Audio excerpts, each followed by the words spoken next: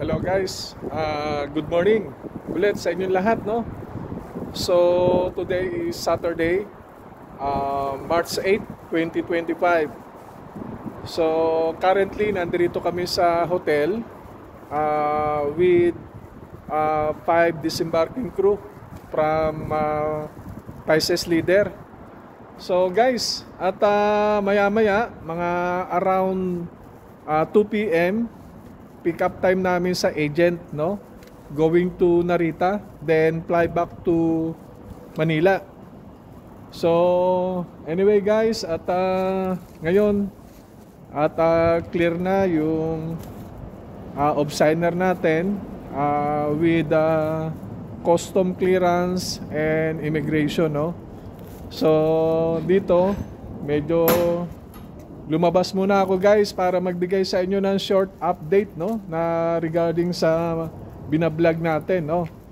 At guys, at eto kahapon ayun nga, at bumisita kami ng barko, then nabigyan naman ako ng chance para makapagbigay ng short vlog sa inyo about sa buhay ng marino, no, sa barko. Kaya eto guys, mahirap talaga mapalayo sa pamilya at talagang lahat ng sakripisyo ay gagawin mo guys para lang masustain mo yung pangangailangan ng pamilya. So lahat ng hirap, pasakit o yung mga tinatawag na mga struggle na nararanasan, no guys, so kinakailangan mong labanan. Sabi nga nila na dapat maging fighter ka, no? Fighter lang talaga.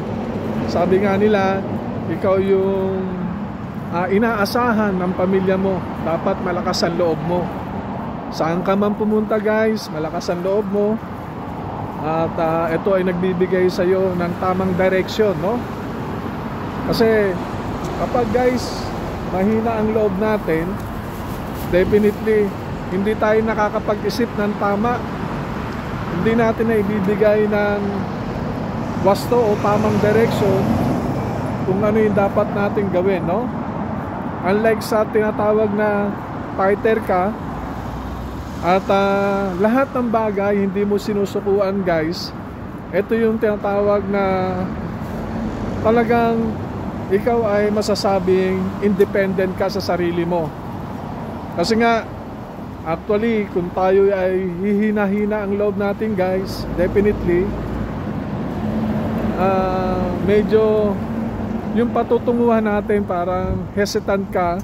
Kasi nga andyan na yung tinatawag na hindi ka fighter. Kaya guys, kapag tayo ay nagkapamilya, lagi nyo lang tandaan, pinasok nyo yung usaping pamilya. So definitely na andyan yung tatag natin, no? May taguyod sila. Kaya sa ngayon kung anumang hirap, no, at saka yung mga kaibigan natin dyan sa kasalukuyan talagang nakikibaka, umaharap sa hamon ng buhay, labis kong pinapasalamatan guys. Kasi ayan yung mga tinatawag na walang iniisip na anumang hakbang na sinasabi natin sa buhay. Kumbaga ito yung guys na laging pamilya ang priority nila. So which is tama yun, no? Kaya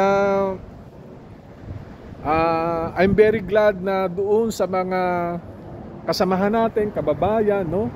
O sino man mga tao na talagang matatag ay talagang labis kong sinasaluduan yan guys, no?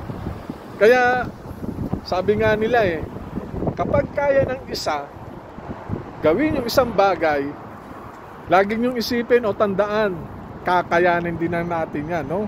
Walang atrasan. Kasi kung taga aatras ka, nandun ka na. Kapag lumusong ka at nabasa yung paa mo, guys, huwag kang matakot. Kahit mabasa yung tuhod mo hanggang pumunta sa dibdib mo, ibig sabihin yan, handa ka sa lahat ng bagay. Hindi ko mo nabasa yung talampakan mo, ay natatakot ka na mabasahan kang tuhod. Hindi mo makikita ang tamang direction guys kung hindi ka fighter. So yun lang yun. Kaya sabi ko nga maraming kababayan natin o maraming tao, no, So makikita mo, no, ang lakas-lakas guys, ang lakas-lakas. Walang diferensya sa katawan, kayang kumilos ng tinatawag na malaya mag-isip, pero nakakulong siya. Ibig sabihin nakakulong siya sa kanyang isipan na ayaw niya magtrabaho. Parang inaasa niya lahat ng bagay dun sa mga kasama niya o kasama niya sa bahay na gumagana. So meaning to say, nagpapabaya siya sa sarili niya, pero hindi pa naman huli ang lahat. Kaya guys, gumising tayo, ibangon natin sarili natin, hanggat kaya natin kumilos, hanggat kaya natin tumulong sa mga mahal natin sa buhay, gawin natin ang paraan, magandang pamamaraan na alam naman natin na kaya naman natin makapag-ambag sa kanila, gawin natin guys. So hindi po pwede na iisipin natin na gusto mo maghapon, na andyan lang tayo, hinihintay mo lang yung mga kasama mo sa bahay, na which is dapat ikaw yung kauna-unahan na dapat nilang hawakan o sandigan, ikaw pa ang mawawala ng bagay o lakas ng loob, guys, mali na yon. So, hindi ko kayo pinagsasabihan guys, ako yung nagbibigay lang ng tamang advice. Kaya sabi ko nga sa inyo, anumang hirap ng buhay guys na ating nararanasan sa ngayon, laban lang. Lagi niyong tandaan, sa pang-araw-araw na ginagawa natin, anumang hirap yan, nakamasid sa atin yung Panginoon, na kung saan nagbibigay siya ng tamang liwanag, no? O landas kung saan tayo patutungo. So wag tayong mawala ng pag-asa, lalo na't tayo ay walang anumang health condition na nararanasan, no? So gawin natin ang tama, maayos, at huwag tayong matakot o kabahan sa ating mga ginagawa na wala naman tayong violation, kung saan umaayon lahat ng ginagawa natin base sa tamang pamamaraan, guys. Kaya nga sabi ko sa inyo, ini-encourage ko kayo, no? Kaya tignan na lang natin, bigyan na lang natin ng magandang salamin yung mga kaibigan natin, kakilala, kamag-anakan, kapatid, anak, na kung saan guys, talagang ipinapakita nila na sila ay very deserving at napaka responsable nilang ama, no? Anak, no? Kumbaga, andun sila. Kaya nga mapapansin nyo bakit may mga ilan na makikita mo bakit yung antas ng pamumuhay nila ay talagang nakita mo dati nagmula sa wala. So ngayon unti-unti nagkakaroon at talagang yung talampakan nila, no, yung paa nakaapak pa rin sa lupa. Meaning to say, down to earth yun guys. Kaya nga sabi ko nga lagi sa previous vlog ko, lagi nyo lang tandaan guys, anumang tinatamasa, no? Anumang tinatamasa ninyong kumbaga na tinatawag na kaginawahan sa buhay, no? Ito ay blessing galing sa taas na pasalamatan natin. Huwag tayo masyadong mataas o yung tinatawag na untouchable. Hindi guys. Dapat lagi nating isipin na itong bagay na to ay biyaya na galing sa taas na hindi natin kinakailangan na ipaglandakan. Oh? Meaning na ipaglandakan guys, hindi na natin to kailangan pa isiwalat o ipagmalaki sa iba. So dapat medyo ano lang tayo, stay calm, no? Ganun lang lagi. Hindi masyadong hyper. Dapat easy lang. Kung ano yung natatamasa mo, magpasalamat ka. Kung sino yung mga kaibigan mo na nasa baba dati, lingunin mo. Kasi darating ang time kapag masyado kang mataas at binigyan ka ng isang pagsubok ng Panginoon at hindi mo nakayanan at nawala yung mga bagay na asset mo sa buhay at ikaw ay bumalik sa dati mong pinanggalingan guys, definitely yung mga nasa baba na binalikan mo guys, lagi lang tanong na anong nangyari sa'yo. Dati-rati ay natutulog ka sa kutsyon, sa magarang higaan. Bakit ngayon nagbabanig ka? O bakit ngayon natutulog ka sa kawayan? Di ba? So ayun yung sinasabi ko guys, na lahat ng natatamasa natin guys, dito, sa ating kinagagalawan guys, ito ay, ano lang to guys, yung tinatawag na pansamantala. No? Pansamantala lang to guys na nararanasan natin, na kinakailangan na pasalamatan natin yung mga biyayang pinagkakaloob sa atin, no? Huwag natin ipagmalaki na kung anumang yaman mo, kung anumang asset mo, hindi. Kasi guys, hindi mo alam yung kinakausap mo, mas matindi pa pala asset sa'yo. So meaning to say, andyan na yung baka pagtawanan lang tayo. Kaya nga, ini-encourage ko kayo guys, dumating naman sa punto na kayo ay bigyan ng magandang biyaya ng Panginoon, pangalagaan nyo, no? Pangalagaan nyo, mahalin ninyo, na ito ang biyaya na kung saan minsan lang binibigay. Yapusin natin ng todo-todo at bigyan natin ng pagpapahalaga lahat ng mga pinagpagura natin, lahat ng mga biyayang pinagkaloob sa atin guys. Kaya nga sabi ko sa inyo guys, lagi sa mga, kung i-review nyo yung mga short vlog ko guys, na lahat ng tinatamasa natin guys sa buhay, no? Kapag tayo hindi na nakakilala sa Panginoon, simple lang yan, bigyan ka lang ng matinding sakit guys, lahat ng asset mo unti-unting mawawala dahil lang sa mga pagpapagamot mo. Okay? Kaya hindi rason na sabihin natin na hindi tayo pumantay doon sa mga taong nasa mababa. Actually, no? At saka, guys, lagi lang natin tandaan, kumain lang tayo sa 3 beses sa loob ng isang araw, masaya na tayo. Okay? Kaya lagi nating pasalamatan kung anumang biyaya na natatanggap natin.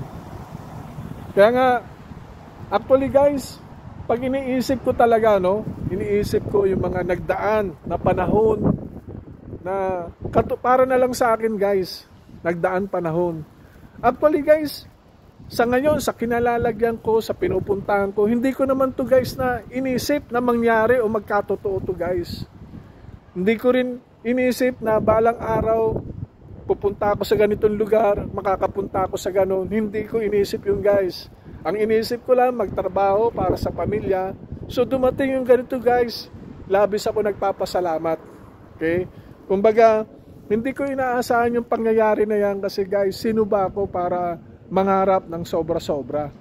Kaya nga, yung unexpected guys na binigyan nila ako ng chance para pumasyal ng barko at pumunta rito sa lugar na to. So marami sa ating mga kababayan na nagnanasa, no? Na sana'y makarating rin sila, no? So guys, lagi niyong tandaan, ang pagkakaiba lang ng Japan at ng Pilipinas ay yung climate. At saka yung medyo malinis, yung kapaligiran, disiplinado. Actually guys, ang Pilipino disiplinado naman guys.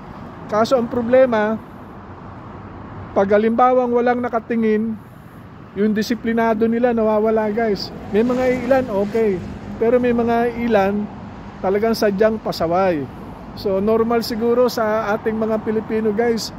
Kaya inihikayat ko kayo, no? Kasi sabi nga nila lahat ng bagay nagbabago. Ngayon, conforme sa'yo guys, kung gusto mo magbago, nasa sayo na lang yan Hindi ka pinupwersa o hindi ka pinagtutulakan doon sa pagbabago na sinasabi, no? Ngayon, kung ikaw handa magbago para sa kapakanan ng sarili mo at ng pamilya mo o lahat na nakapalibot sa iyo guys, handa ka. Ibig sabihin, open-minded ka sa ganung bagay. Pero kapag ikaw ay sarado, anuman tulak sa iyo, buhating ka man papunta roon sa liwanag, kusa kang bibitaw, kusa kang tatakbo, pupunta ka dun sa kadiliman. Kasi ayaw mo ng pagbabago Ayun lang yung kasimple, ayaw magbago. So sapat ka na guys sa mga bagay na natatanggap mo sa ngayon. Kaya ang advice ko lang guys, sabi ko nga, hindi ako henyo na para maggaling-galingan sa harap ng camera para sabihin ko na ganon.